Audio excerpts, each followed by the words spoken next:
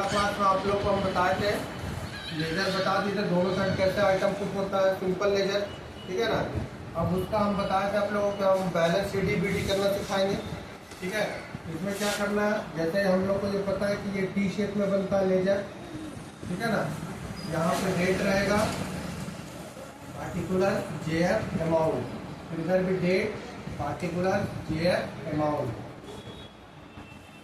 ठीक है। सपोज ये थोड़ा सा मोटा रहता है, यहाँ पे मान लीजिए ये कैश अकाउंट का लेजर है, ठीक है। इधर डेबिट है, इधर क्रेडिट है, यहाँ पे 2 है, यहाँ पे बाई है। अच्छा, ये चीज़ हम आप लोग को पिछला क्लास में बताया था ना कि यहाँ पे डेबिट का मतलब बाई होता है और क्रेडिट का मतलब 2 होता है। तो ये क्रेडिट साइड में बाई क्यों दिख रहा है और डेबिट साइड में 2 क्यों दिख रहा है, ये चीज़ बताया था ना। हाँ। अब यहाँ पे क्या है कि ये ऐसा, इसमें balance C D B D करने सीखना था, ठीक है। तो इसमें कुछ नहीं करना है, सिंपल सा लॉजिक है। यहाँ पे क्या ये डेट है, ये पार्टिकुलर्स है, ठीक है, ये जेएफ है, ये अमाउंट है, ठीक है, ये डेट है, ये पार्टिकुलर्स है, ये जेएफ है, ये अमाउंट है, ठीक है। अब यहाँ पे क्या है कि इधर का सारा आइटम पुट कर लिए, इधर का सारा आइटम पुट कर लिए, ठीक है। दोनों का टोटल कर लेना है, ठीक है ना। सपोज इधर 5000 आया, ठीक है, और यहाँ पे टोटल करके देख रहे हैं तो हमको पता चल रहा है कि 4000 रुपया आ रहा है, ठीक है। यहाँ पे क्या करेंगे, अभी मान लीजिए ये जनवरी महीना का है, ठीक है। तो जनवरी 1 से लेकर आप पूरा ये क्या बोलते हैं एंट्री करते जा रहे हैं, ठीक है ना। अभी मान लीजिए आपका 25 तारीख को ही एंट्री खत्म हो गया, ठीक है ना।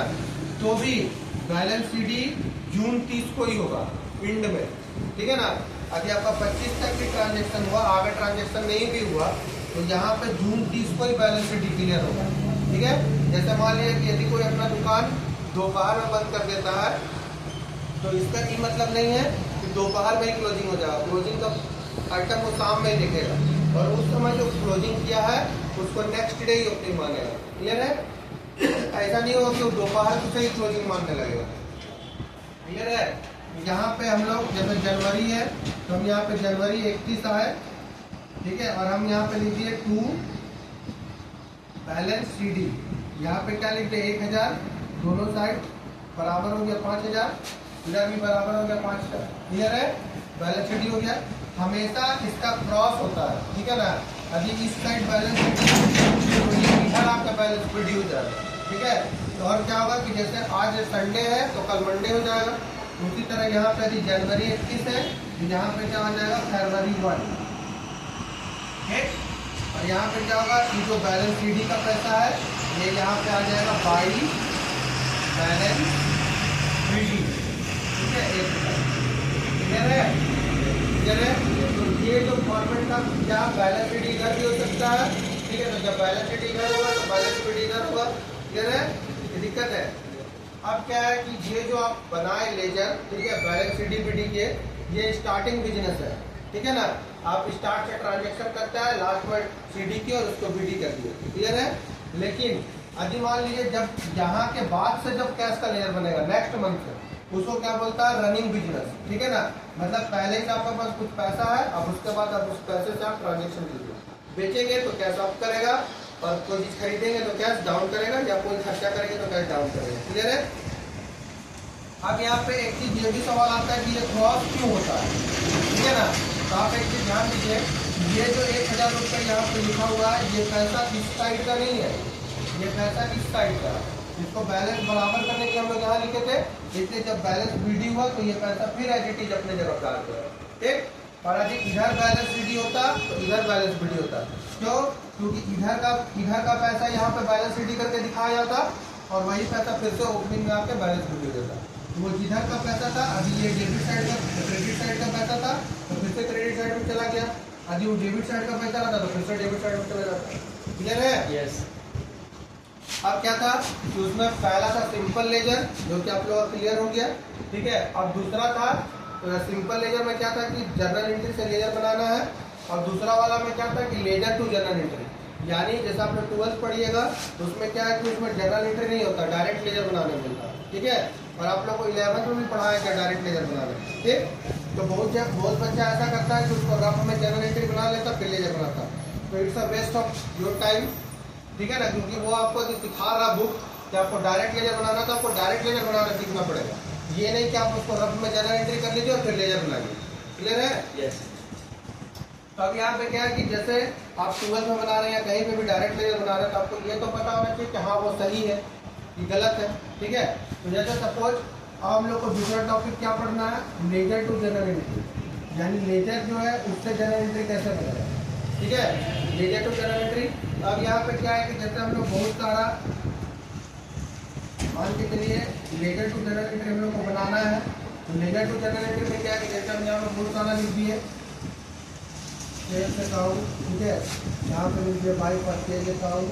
ठीक है, तो अब हमको ये लग रहा है कि शायद जैसे मान लीजिए इसको हम जनवरी 1 कर दिए, इसको जनवरी 2 कर दिए। ठीक है, यहाँ पे मान लीजिए हम 4000 लिख दिए और यहाँ पे हम 5000 लिख दिए। अब जैसे हमको ये मन में डाउट हो रहा है कि हो सकता है मेरा ये एंट्री गलत हो। ठीक है, तो इसमें क्या होता है, इसमें दो विधि वाला कॉन्सेप्ट चलता है। ठीक है, ये थोड़ा मजाक का भी बात है लेकिन समझने का बात है। इसका 2 पार्ट है। ठीक है ना, आप जब इधर आएंगे यानी पहली बीवी के पास, इसके बारे में नहीं सोचेंगे, बोल सकते क्या? जब दूसरी बीवी के घर में जाएंगे तो पहली वाली के बारे में बोल सकते क्या? नहीं। और जब इधर आएंगे तो आप इसके बारे में नहीं सोचेंगे। क्लियर है? दिक्कत है, तब ये इजीली बन जाएगा आपको। और अभी कंफ्यूज किए दोनों साइड देखे तो फिर प्रॉब्लम होगा आपको। ठीक है ना, जैसे हम इधर देख रहे हैं तो हम लोग उस समय आपको बताए थे कि ये डेबिट, और जैसे बच्चे के मन में ये ख्याल आया कि सर यदि डेबिट का मतलब बाई होता, 2 का मतलब क्रेडिट होता। ठीक है, तो यहाँ पे डेबिट के जगह पे 2 लिखा था, क्रेडिट के साइड में बाई लिखा था। तो हम उसका बताया था कि ये जो डेबिट क्रेडिट है ये इसका है। ठीक है ना, इसका डेबिट है, इसका क्रेडिट है। ठीक है, तो ये बीच में जो टी शेप बना हुआ है इसका मतलब ये 2 पार्ट है। जब हम इधर आएंगे हमको ये जनवरी 1 का एंट्री चेक करना है, तो भाई हमको जनवरी 1 का एंट्री चेक करना है। इसमें क्या है, कैश अकाउंट डेबिट, कहाँ लिखा हुआ, तो हम यहाँ पे लिख देंगे कैश अकाउंट डेबिट। ठीक है, और टू क्या लिखा हुआ, टू सेल्स अकाउंट, तो हम यहाँ पे लिख देंगे टू सेल्स अकाउंट। इसका मतलब क्या है कि ये मेरा लेजर सही है। ठीक है ना, ये जो लेजर हम खुद के ये सही है। अब हम इधर आते हैं। ठीक है, जनवरी 2 में, ठीक है, देखिए आप लोग को दिख रहा है जनवरी 2 में। ठीक है, जनवरी 2 में क्या है, ये कैश अकाउंट किधर खड़ा है, किधर खड़ा, हम यहाँ पे लिख देंगे टू कैश अकाउंट। ठीक है, और ये जो बाई है ये इसके साथ है, क्योंकि एक आइटम का एक टाइम पे एक ही बैलेंस होता है। ठीक है ना, तो ऐसा नहीं है कि क्रेडिट साइड है तो परचेज का क्रेडिट भी होगा, परचेज का डेबिट भी होगा। ठीक है, ये क्रेडिट इसका है और ये जो आइटम इसके साथ खुद है परचेज, इसके साथ इसका ओरिजिनल बैलेंस है खुद का। तो परचेज किसके साथ खड़ा, बाई के साथ। बाई का मतलब क्या होता है, डेबिट। क्या होता है, डेबिट। विश्वास वहाँ चल रहा है, हम जो बोलेंगे वही। बाई का मतलब क्या होता है, डेबिट। तो डेबिट होता है, क्या होता है, बाई का मतलब क्या होता है, डेबिट। क्लियर रहिए, कंफ्यूज मत होइए, क्या होता है, डेबिट। श्योर है? Yes sir. देखिए, तो यहाँ पे क्या लिखना है, परचेज अकाउंट डेबिट, बढ़िया एंट्री। क्लियर है? यस। अब इसको हम सिंपल ट्रिक में भी देखेंगे। तो भाई कैश अकाउंट डेबिट, तो हम बोले थे कैश का डेबिट साइड आने, और टू सेल्स, तो टू सेल्स यहाँ पुट है, यानी ये लेजर मेरा सही है। ठीक है, यहाँ पे आएंगे तो भाई कैश किधर दिख रहा है, किधर दिख रहा है, क्रेडिट, तो कैश का क्रेडिट साइड आएंगे।